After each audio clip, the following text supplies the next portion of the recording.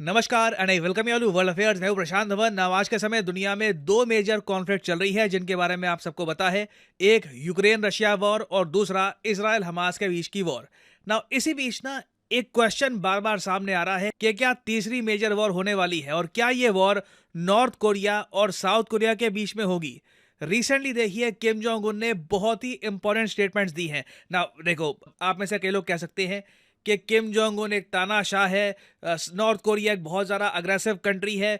तो किम जोंग उन की स्टेटमेंट्स इससे पहले भी आ चुकी है कि अटैक कर देंगे, मिसाइल वगैरह लॉन्च कर देंगे। बट इस पर्टिकुलर एस्पेक्ट में ना जो नॉर्थ कोरिया के लीडर ने कैटेगोरिकली कहा है ये बहुत ही ज़्यादा इंपॉर्टेंट है और इससे एक क्लियर इंडिकेशन मिलती है कि नॉर्थ कोरिया और साउथ कोरिया के बीच में एक बड़ी वॉर होनी ही है। ये इनएविटेबल है। और ये जो वर्ड है ना इनएविटेबल, ये मैंने यूज नहीं किया, ये लिटरली किम जोंग उन ने कहा है कि वॉर इज इनएविटेबल। इनएविटेबल उस चीज को कहते हैं जो टल नहीं सकती। आपने अगर अवेंजर्स मूवी देखी हो तो वहां पे आपने नोटिस किया होगा थैनोस नाम का जो विलन होता है वो काफी बार खुद के बारे में कहता है कि मैं इनएविटेबल हूं, आई एम इनएविटेबल। और इस पर्टिकुलर केस में किम जोंग उन ने ये कहा है कि पहली बात तो वॉर इज इनएविटेबल, एक टाइम पे आके साउथ कोरिया के साथ इनकी वॉर होगी ही। साथ ही साथ इन्होंने एक ये भी बात कही है कि मुझे अब कोरियन पेनिनसुला की रीयूनिफिकेशन नहीं करवानी। यहां पे आप देख पाओगे सीएनएन का जो आर्टिकल है इसमें लिखा हुआ है कि Kim Jong Un says that North Korea will no longer seek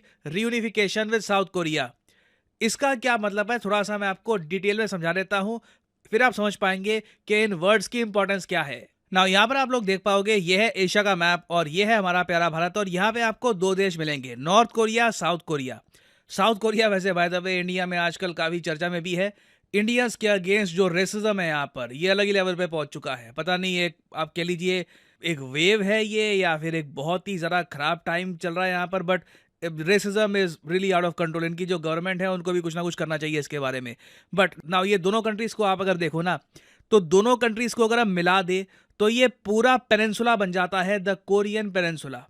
जितना डिफरेंस आपको इंडियंस और पाकिस्तानियों में दिखता है ना उससे भी कम डिफरेंस आपको मिलेगा नॉर्थ कोरियन और साउथ कोरियंस में। लिटरली सेम डीएनए, सेम लोग हजारों सालों से इकट्ठा रहे हैं, मगर वर्ल्ड वॉर 2 के अंत में ये दोनों देश बट गए। इसके बारे में आपको पता होगा कि कोरियन पेनिनसुला को जापान ने कब्जा लिया था।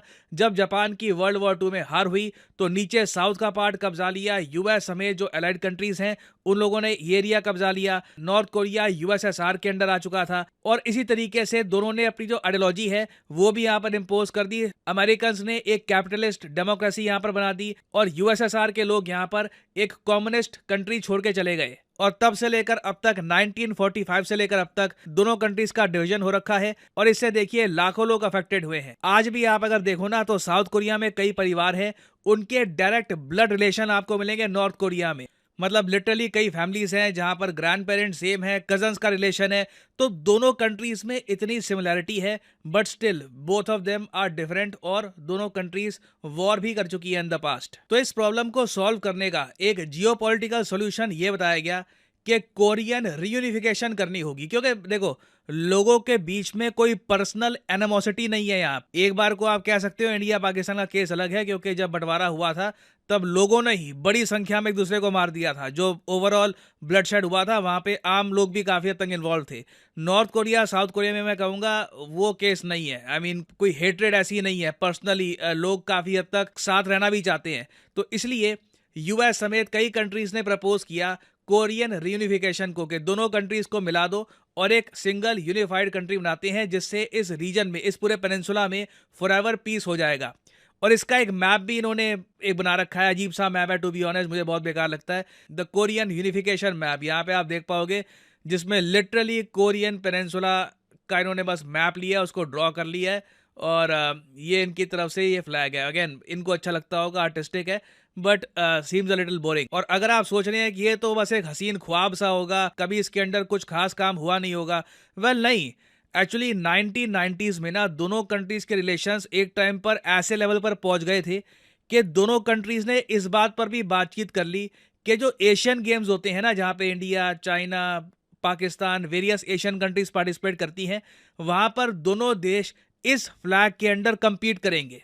कंट्रीज तो मर्ज नहीं होने वाले थे क्योंकि उसमें ऑफ कोर्स काफ़ी प्रॉब्लम्स आ सकती थी। बट ये अपने आप में एक जेस्चर कितना बड़ा है आप इमेजिन कर सकते हो? एक बार सोच कर देखो, एशियन गेम्स या फिर ओलंपिक्स या फिर छोड़ो, क्रिकेट वर्ल्ड कप ले लो, cricket world cup T20 ODI का, वहां पे इंडिया पाकिस्तान ये डिसाइड कर ले कि एक झंडे के अंडर सिंगल टीम बनाकर ना दोनों पार्टिसिपेट करेंगे। सुन के ही कितना अजीब लगता है। तो उसी तरीके से आप इमेजिन कर सकते हैं कि जब ये कोरियन रियूनिफिकेशन की बात हो रही थी ना, it was a path breaking idea. और इस कॉन्सेप्ट पर कई किताबें लिखी जा चुकी हैं, कई रिसर्च पेपर्स पब्लिश हुए हैं कि जब ये कंट्रीज मिलेंगे तो कैसे मिलेंगे, बॉर्डर्स किस तरीके से गायब कर दी जाएगी।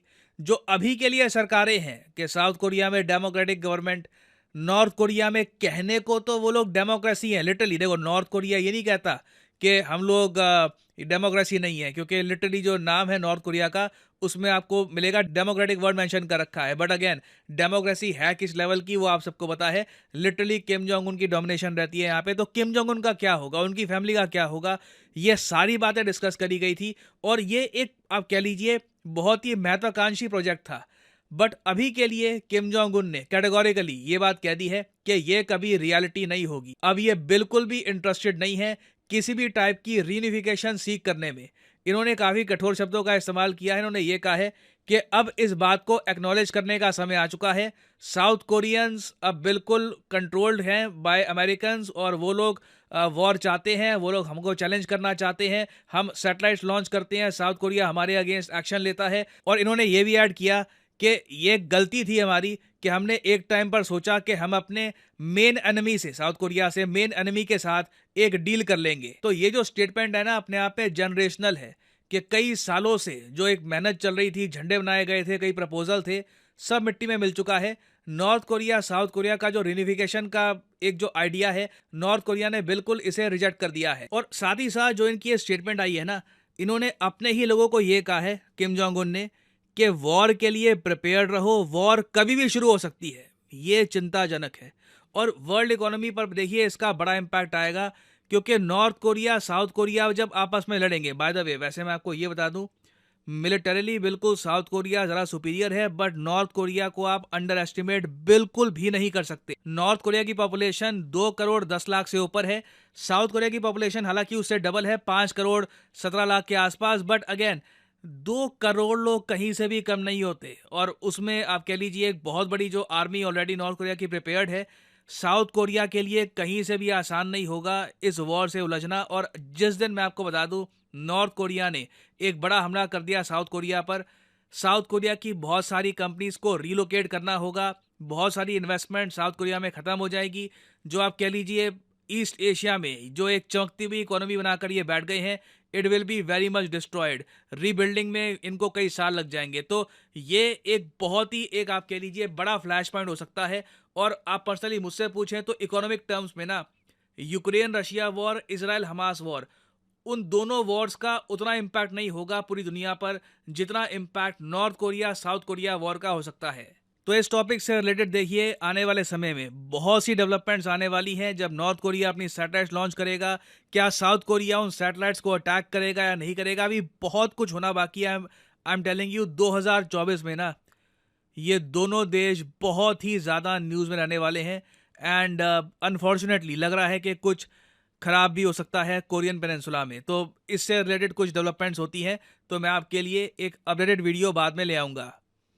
और फाइनली यहाँ पे मैं आपसे एक सवाल पूछूंगा कि किम डायनेस्टी का फाउंडर किसको माना जाता है नॉर्थ कोरिया में। यह है यहाँ पे आपकी ऑप्शंस, किम जोंग उन, किम इल संग या फिर किम जोंग इल। और आपके सामने ऑप्शन डी भी है, नन ऑफ दीज। तो कमेंट सेक्शन में करिए उत्तर। जो लोग सही आंसर देंगे कोशिश करूंगा मैं कि उनकी कमेंट को हार दे दूं ताकि बाकी लोग समझ पाएं कि सही उत्तर क्या है। और अनअकैडमी के देखिए ऑफर चल रहे हैं आज के समय। ये जो ऑफर्स हैं इनको आप यूज कर सकते हैं टू गेट डिस्काउंट। तो कमेंट सेक्शन में लिंक आपको मिल जाएंगे। आप यहाँ पर कोर्स ओपन करके you can use the code PD10 और आपको डिस्काउंट मिल जाएगा। और जो सेल्स टाइम टू टाइम आती रहती है इनका भी आप लाभ उठा पाएंगे। So this is the end of the video. Thanks for listening and as always may the gods watch over you.